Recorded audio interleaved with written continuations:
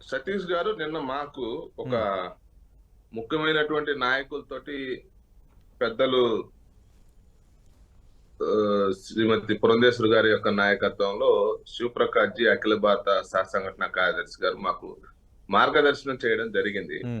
చాలా స్పష్టమైనటువంటి విషయాలు, ఒక అర్థవంతమైనటువంటి చర్చ మా మధ్య జరిగింది. ఎన్నో రకాలైనటువంటి భిన్నాభిప్రాయాలు దాంట్లో రావడం జరిగింది.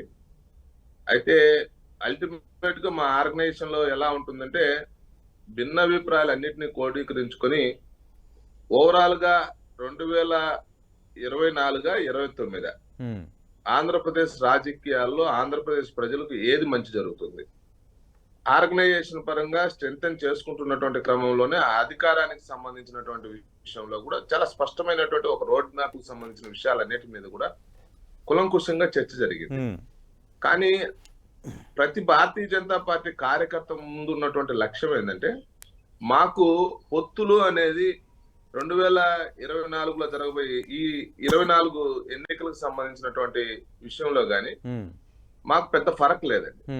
ఫస్ట్ ఆఫ్ ఆల్ ఆర్గనైజేషన్ ని ఏ విధంగా స్ట్రెంథెన్ చేసుకోవాలి, బూత్ లెవెల్లో సంస్థాగతంగా ఇప్పటి వరకు ఎక్కడెక్కడ ల్యాబ్స్ ఉన్నాయి వాటిని ఎలా అధిగమించాలి, డే టు డే యాక్టివిటీకి సంబంధించినటువంటి ఈ గవర్నమెంట్ చేస్తున్నటువంటి వాటిలో తప్పిదాలు ఏవైతే ఉన్నాయో వాటి మీద స్పాంటేనియస్ గా స్పందించేటువంటి వ్యక్తిత్వాన్ని కార్యకర్తల్లో ఇలాంటి విషయాల మీద చర్చ జరిగింది. ఫైనల్ గా మా అందరి యొక్క అభిప్రాయం ఏంటంటే, చెప్పింది నేషనల్ పార్టీ తీసుకున్నటువంటి ప్రతి డెసిషన్ ని మేము తూచా తప్పకుండా గతంలో పాటించాం, ఇప్పుడు పాటిస్తాం, రేపు కూడా పాటిస్తాం. అది మా యొక్క దినచర్య. దాంట్లో ఇంకొక ప్రత్యేకమైనటువంటి విషయం లేదు. కానీ ఒకటి మాత్రం వాస్తవం, ప్రతి కార్యకర్త చెప్పింది, ఇన్ కేస్ ఏదైనా నిర్ణయం చేసేటప్పుడు, ఏ నిర్ణయం చేసినప్పటికి కూడా గత అనుభవాలు ఏవైతే ఉన్నాయో వాటిని దృష్టిలో పెట్టుకొని చేయండి. గత అనుభవాలు దృష్టిలో పెట్టుకొని చేయాలి. తర్వాత ఆర్గనైజేషన్ లో ఉన్నటువంటి వ్యక్తుల యొక్క ఆలోచన సరళి, కార్యకర్తల యొక్క మనోభీష్టము, వీటన్నిటిని దృష్టిలో పెట్టుకుని నిర్ణయాలు జరుగుతాయని చెప్పి మాకు పూర్తి విశ్వాసం. ఎందుకంటే మాకన్నా పెద్దగా ఆలోచిస్తారు. అంటే రమేష్ నాయుడు గారు, గత అనుభవాలు అంటే ఏంటి సార్? టీడీపీతో మీరు గతంలో పొత్తులో ఉన్న అనుభవాలా? ఏ అనుభవాలు? గతంలో పొత్తులో ఉన్న అనుభవాలు కావచ్చు, ఒంటరికి పోతే ఇరు పార్టీలు 99, 2004, 2014 3 సార్లు మీరు పొత్తులో వెళ్ళారు. ఒక్క నిమిషం. ఓకే, గత పొత్తులో పోయినప్పుడు, పొత్తులో లేకుండా మనం ఆంధ్రప్రదేశ్ రాజకీయాల్లో ఏ విధంగా మనం సక్సెస్ అయ్యామనేటువంటి విషయాన్ని కూడా చెప్పాం. మాకు 1999లో లేకపోతే కార్గిల్ యుద్ధం జరిగిన తర్వాత వచ్చినటువంటి ఒక అద్భుతమైనటువంటి వాతావరణంలో ఆంధ్రప్రదేశ్ 4 సీట్లు గెలవడం జరిగింది. తెలంగాణ ప్రాంతం నుంచి 2, ఆంధ్రప్రదేశ్ నుంచి 2. అదే కాకుండా ఇప్పుడు జరుగుతున్నటువంటి నేపథ్యంలో ఆర్థికంగా ఇద్దరు కూడా, అన్ని రాజకీయ పార్టీలు అన్ని కూడా ఏ విధంగా ధన రాజకీయాలు చేశాయి, ఇలాంటి విషయాలు కూడా, వ్యూహాత్మకమైనటువంటి ఎత్తుగడలు ఎలా ఉండాలి, ఇలాంటి విషయాలు ప్రతి చిన్న విషయాన్ని కూడా దాన్ని చర్చకు పెట్టడం జరిగింది. చాలా అద్భుతమైనటువంటి ఒక చర్చ. అయితే ఒకటి ఫైనల్ గా చెప్పబోయేది ఏంటంటే, మేము చాలా ఫోర్స్ గా వెళ్ళాలి, అగ్రెసివ్ గా. అదే సమయంలో సంస్థాగతంగా ఉన్నటువంటి చిన్న చిన్నవి ఏవైతే ఉన్నాయో ఇప్పటికే చాలా వరకు మేము చాలా బెటర్ గా సక్సెస్ అయ్యాము. మా యొక్క సక్సెస్ యొక్క సూత్రం ఏదైతే ఉందో, మధ్యప్రదేశ్, ఛత్తీస్గఢ్ లాంటి రాష్ట్రాల్లో ఓడిపోతామని చెప్పి అందరూ కూడా చాలా సర్వేలు చెప్పినప్పటికీ, చాలా అనలిస్టులు చెప్పినట్టు కూడా మాకున్నటువంటి మైక్రో లెవెల్ ఎలక్షన్ మేనేజ్మెంట్ కారణంగా మేము సక్సెస్ అయ్యాం. ఏ విషయాల్లో అంటే రమేష్ నాయుడు గారు, మీ వ్యూహం మీకు ఉండొచ్చు, మీరు జాతీయ పార్టీ, మీలాంటి సీనియర్ నాయకులు ఎప్పటి నుంచో పార్టీకి లాయల్ గా ఉన్నారు, నేను కాదంటం లేదు. కానీ మధ్యప్రదేశ్, ఛత్తీస్గఢ్, రాజస్థాన్ ని ఆంధ్రప్రదేశ్ని పోల్చొద్దు. ఎందుకంటే గత ఎన్నికల్లో మీకు 100 కంటే తక్కువ ఓట్లు వచ్చాయి. ఒకవేళ టీడీపీ జనసేనతో పొత్తు పెట్టుకున్నా మీరు ఎక్కువగా ఆధారపడాల్సింది టీడీపీ జనసేన ఓట్లపైనే. ఒకటి. రెండోది మీరు గత అనుభవాల నేపథ్యంలో నిర్ణయాలు ఉంటాయి అంటున్నారు. అంటే ఒంటరిగా పోవడానికైనా సిద్ధపడతారా? మీతో పాటు పొత్తులో ఉన్న పవన్ కళ్యాణ్ టీడీపీతో కూడా పొత్తులో ఉన్నారు. మేము చెప్పాము ఆ విషయం కూడా.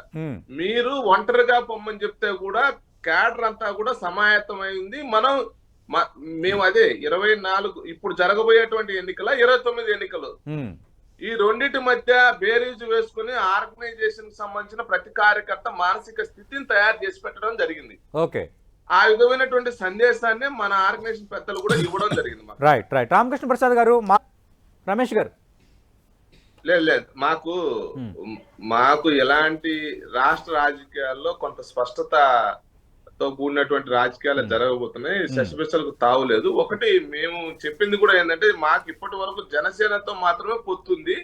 ఇంకా దానికి సంబంధించిన పొత్తు తాలూకా విషయాల మీద స్పష్టత కేంద్ర నాయకత్వం ఇస్తుంది. ఎప్పుడు ఏ రాష్ట్రానికి సంబంధించినటువంటి ఆ రాష్ట్ర కమిటీలు డెసిషన్స్ తీసుకో పొత్తుల విషయంలో జాతీయ పార్టీలు పనిచేసిన ప్రతి ఒక్కరికి కూడా తెలుసు. అది రవిచంద్రారెడ్డి గారికి తెలుసు, ఇతరత్ర పెద్దలకు కూడా తెలుసు.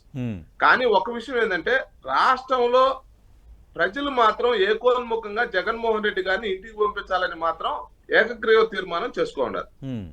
ఇది రాబోయే ఎన్నికల్లో చాలా తెలంగాణ ఎన్నికల కన్నా కూడా చాలా పెద్ద ఎత్తున ఇక్కడ సైలెంట్ యాంటీ ఇన్కంబెన్సీ దాగి ఉంది అనేటువంటి విషయాన్ని కూడా మనకు అర్థమవుతుంది. ఈ క్రమంలో వైఎస్ఆర్సీపీనే మాకు అనుమానం ఏంటంటే తల్లి కాంగ్రెస్ తోటి పిల్ల కాంగ్రెస్ ఏమన్నా వ్యూహాత్మకమైనటువంటి అడుగులు వేస్తుంది అనేటువంటి అనుమానం మాకుంది. రవిచంద్రారెడ్డి గారు, షర్మిల కాంగ్రెస్ పార్టీలో చేరటం వెనక వైసీపీ ఉందంటున్నారు రమేష్ గారు. ఒక విషయం చెప్తానండి సతీష్ గారు, నేను ఈ మధ్య ఒక జేడీ శీలం గారు, పెద్దలు జేడీ శీలం గారు అంటే గౌరవం, ఆయన స్పందించాడు. దానికి మేము ఛాలెంజ్ కూడా విసిరాం. ఒకటేంటంటే వైఎస్ఆర్సీపీకి సంబంధించి మొన్నటి వరకు ఉండి ఆమె తెలంగాణలో పెత్తనం చేయాలని చూసి ఆడ తరిమేయబడి పోటీ చేయడానికి కూడా అర్హత సాధించలేనటువంటి ఎన్నికొచ్చినటువంటి షర్మిల గారు కాంగ్రెస్ పార్టీలో చేరినంత మాత్రాన ఆంధ్రప్రదేశ్ ప్రజలందరూ కూడా విఘ్నులు, అవివేకులు కాదు. ఖచ్చితంగా ఇక్కడ తిరిగి రాజశేఖర రెడ్డి గారు బతికొచ్చినా కూడా కాంగ్రెస్ పార్టీని లేపలేరు అని చెప్పి నేను ట్వీట్ పెడితే, సో వెంటనే పెద్దలు ఎవరైతే ఉన్నారో వారంటే మనకు గౌరవమే జేడీ శీలం గారు, ఇలాంటి పెద్దలందరూ కూడా మమ్మల్ని మీద ఒంటికాడి మీద దాడి చేసేటువంటి ప్రయత్నం చేస్తే సోషల్ మీడియా వేదికలో చాలా మంది పెద్దవాళ్ళు ఉన్నారు. అయితే నేను అప్పుడే చెప్పాం, మా పార్టీ నుంచి ఆంధ్రప్రదేశ్ ప్రజల కోసం చేశాం. చాలా మంది ఇప్పటి వరకు ఏదైతే మేము సహకారం అందించామో దాన్ని అంతా కూడా జగన్ కోసం చేస్తున్నట్లు బీజేపీని కూడా జగన్మోహన్ రెడ్డి యొక్క వ్యతిరేకతలో మాకు ఇలాంటి పెర్మిటేషన్ కాంబినేషన్స్ ఉన్నాయి. ఒక రకంగా వైసీపీకి అడ్వాంటేజ్ అవుతుందని, లేదు వైసీపీ కొన్ని ప్రధాన ఓటు బ్యాంకును వైఎస్ షర్మిల చీల్చుకుంటే మాకు అడ్వాంటేజ్ అవుతుందని టీడీపీ, జనసేన, అంటే రాజకీయంగా ఆమె ఇంపాక్ట్ ఏంటంటే ఒక 15 రోజులు అయితే కానీ మనకు తెలియదు. ఎందుకంటే ఇక్కడికి వైఎస్ఆర్ ఉందా లేదంటే లేదని అనుకోవాలి. ఒకటి, రెండు, తెలంగాణలో ఆమెకు ఎదురైన అనుభవాలు చూసాము.